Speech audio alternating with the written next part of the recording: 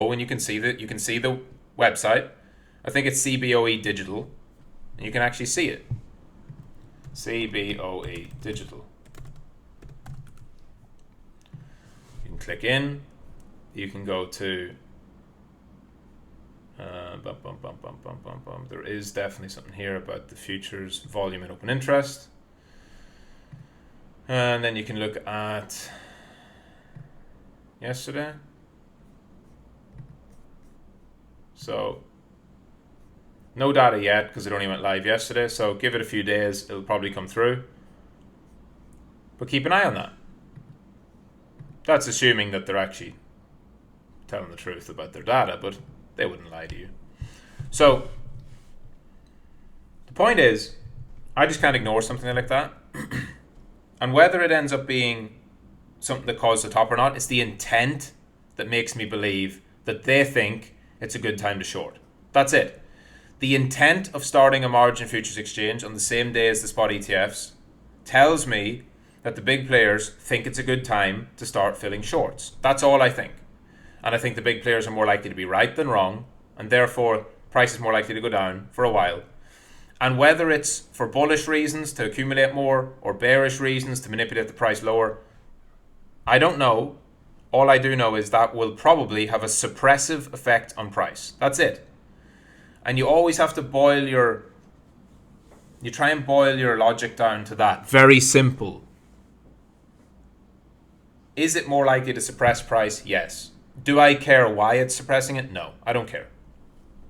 Just like Grayscale ETF, do I care if the Grayscale, the DCG whales and the other whales in Grayscale GBTC, do I care if they're dumping because they've been underwater for 2 years and they're just getting out of break even? Or that they're truly bearish, or that they're bullish but they want to sell and buy back lower? Do I care about their intent? No. Because all I see is this is more likely to be heavy selling and I don't think there's enough demand. Done. The primary narrative is over. Do I think that there can be another narrative that comes along that's stronger? Yes. Do I think that's most likely? No. Do I remember my original trading decisions? Yes. And my original decisions were, if you had told me we hit 49k 6 months ago, I would have said that's probably the top. Probably at least a local top. Therefore, now that we go back, and people are now forgetting all that because they're like, no, but look at the ETF. This is what they've said at every single top. This is what people have said at every single top in Bitcoin's history. No, but this time's different because. Like, no. It could be. It could be. But I've already seen what I wanted to see, which is the first day flows, which were decent, but mostly fluffed up. And I just don't see endless new demand coming in short term to keep Bitcoin going up. This, by the way, and I'll talk about it, like, that might be all we need to go down. That might be it. Like, my eyes, I'll be getting long at 40. I'll be getting balls long at 40 if it holds. I'm not calling for 12k or any of that nonsense. I'm just saying that this is quite likely to not go higher in the near term. Just quite likely. Not guaranteed. Nothing's guaranteed.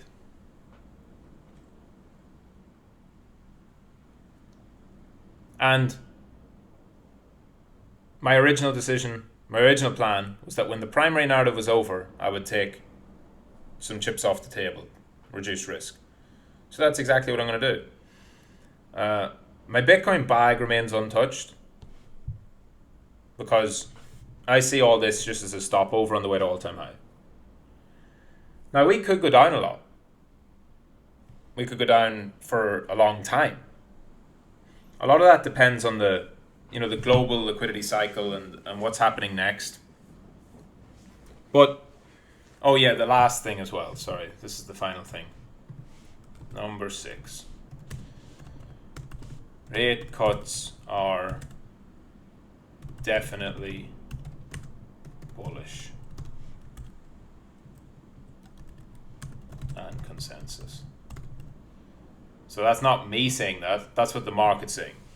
Rate cuts, which is the Fed. Oh, the Fed are going to cut rates, and all the money's coming in and we're going higher, we're going higher, we're going higher. Okay, yes.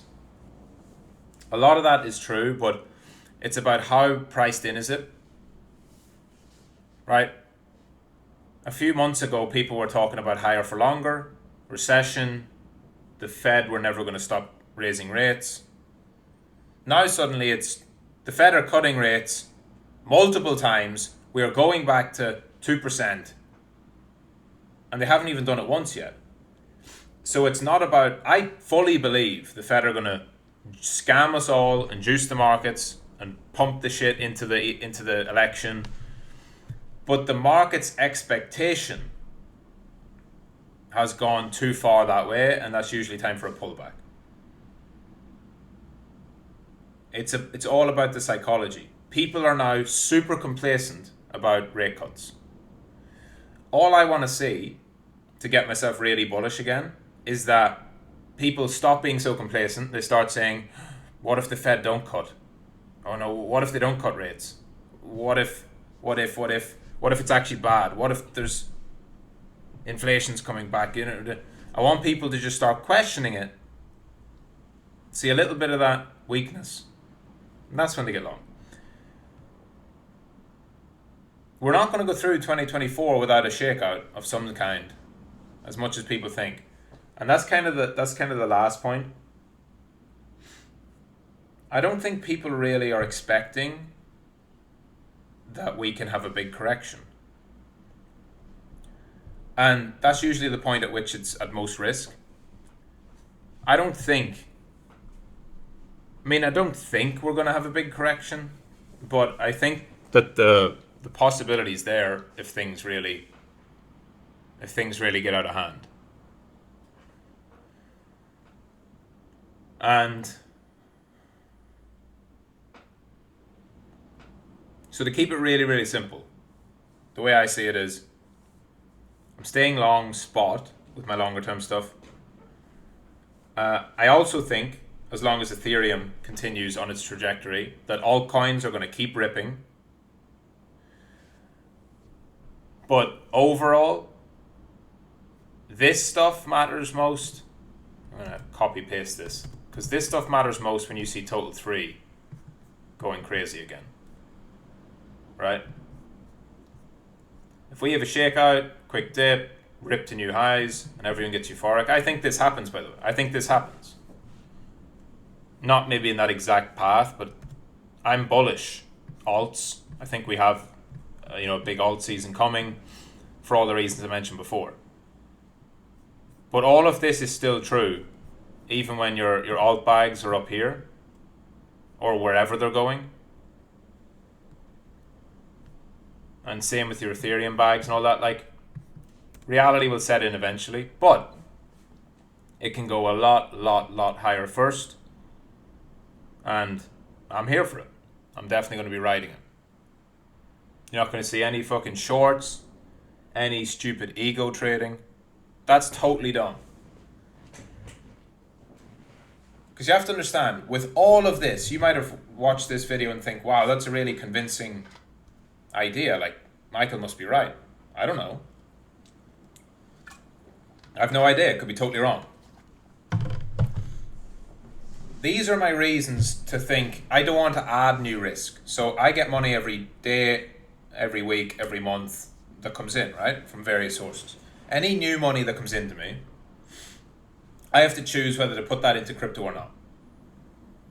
Right now, I'm not putting new money in because I believe that at some point, all of this will play out and I'll get better entries. Maybe that's just a 20% dip.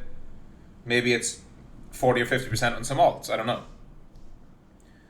But I would rather just stack cash until then. But the money I have in is staying in. Because again, even with all this shit, right? Don't forget where we are. We are so fucking early, it's beyond belief. So this is one of the hardest things that I have to explain to people, because it was one of the hardest things for me to grasp as a trader. It was probably one of the biggest things I ever grasped, was how you can have all these top signals and short-term bearish signs and still be fully long and still be fully bullish. And this is why. Because when you zoom out, we're nowhere near the froth stage yet. All of this stuff can absolutely cause a local top and a bunch of sideways shit. That could even mean that we do that. And then we just fucking... Maybe 2024 is shit, 2025 is amazing. But guess what? You don't know that. Right? If it's really bad, that's the path. Okay? If it's really bad, there's a path something like that. That's like worst case scenario. In that case, I'll just continue sitting, holding, accumulating, and being patient. The reason I won't sell here is because this path is just a fucking squiggle on a chart based on some ideas. But if I sell here, and it turns out the market doesn't give a fuck about Grayscale or anybody, because this is also a very strong possibility, that could be it. That could also happen. I cannot stress enough how the altcoin market, I don't expect the altcoin market to give a single fuck about what Bitcoin does other than using the dips for buys. This is important. Bitcoin tops out, Bitcoin pulls back, alts will pull back, but it's being used as a bullish pullback to get more longs. Just like it was all the way along here. After COVID, the altcoin market did not care once about Bitcoin pulling back. Every pullback was just a dip to buy, a dip to buy, a dip to buy, a dip to buy, a dip to buy, buy the dip, buy the dip, buy the dip, buy the dip, all the way up, all the way up, all the way up, until the China banned crypto collapse. That was when it mattered. So alts are not going to care about Bitcoin. If you see Bitcoin down at 40k and going sideways, don't be surprised when alts are at new highs. And it doesn't mean it's bearish. It doesn't really get bearish unless we go just vertical towards all-time high. So that's why, if anything, I mean, here's the last part. I'll finish with this.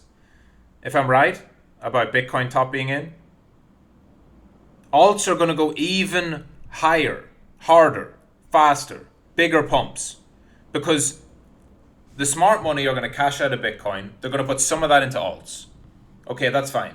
But traders like me and you and everyone else who are currently focused on Bitcoin, when we realize, I feel like I've already realized it, when other people realize, oh, Bitcoin's not going higher, well, maybe I'll just stop. Maybe I'll just stop trading. No, traders don't stop trading. They're like, oh, Bitcoin tops in? Cool. Let's fucking chase other stuff. Their attention goes on to alts. Alts go up. So, I think any significant corrections, dips, flushes, leverage shakeouts, blah, blah, blah, whatever, over the next little while are buying opportunities for alts until proven otherwise. And by proven otherwise, keep it really simple. If we're going to follow that red path, we have to lose this level. If we lose that level, I think it's probably red path. Otherwise, I think it's green path, but just in between, I think we might see it flush down, move up, we might chop around for a little bit, and then go green path. Maybe we just go straight into it. We could. That's a possibility. But if I see altcoins back at 450, that's a big buy-in signal for me. And of course, if they break out, then it's just buy the dip. Buy the dip, buy the dip, buy the dip. So, GM, let me know if there's any confusion with that, any questions you have. Because I know that was always difficult for me. When I first started, I was like, how can I be bearish Bitcoin but bullish the market? And it's only through living through it that I know that you absolutely can. And most of the best returns in alts come after Bitcoin is literally structurally bearish. But the thing is, Bitcoin's not even that yet. This is why I'm saying that it's, at least to me, it's still quite early. Like some of the best returns you're going to see on alts are probably going to come after this has happened. and when Bitcoin is like doing that, it's had the first big sell off and it's like that, that's when you're going to see alts fucking roofing. So, especially probably Ethereum. I'm not saying Bitcoin goes straight down like that. That's not what I'm saying at all.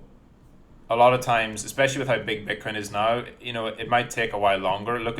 Just look back to June for this, right? Where Bitcoin went through June and July and basically started to distribute here and then just drifted. Alts went crazy then, right? So eventually, once the eyeballs come off Bitcoin, there's like Bitcoin is here currently, Bitcoin is here currently, Bitcoin is like here currently, Bitcoin is here currently. That's most likely that we're at one of those phases because it's topped, right? It's definitely a local top from that candle. Whether that's a few days or a few weeks, I don't know, but that's a topping candle. We haven't done one of those at all, not once, the whole time. Don't be fucking dumb. There hasn't been one bearish candle like that all the way. Now there is. And it's not just that. Tops and bottoms come on events. It is that candle plus the ETFs went live. It's so obvious, it's beyond belief. Now, even when it's obvious, it can push back up, because if it's too obvious and everyone shorts it, they can get squeezed. But my point is, we're now at the point where people take their eyes off Bitcoin. Bitcoin kind of chops around or grinds a bit. Eventually, there's just not enough demand because it's all chasing other things. Bitcoin is a big flush out down to wherever there is support, which I think will be 40k. And at that point, alts will have already been pumping. That's your big alt pullback, and that's your alt pullback to buy. So I'll talk a little more about that in Trade of the Day. GM.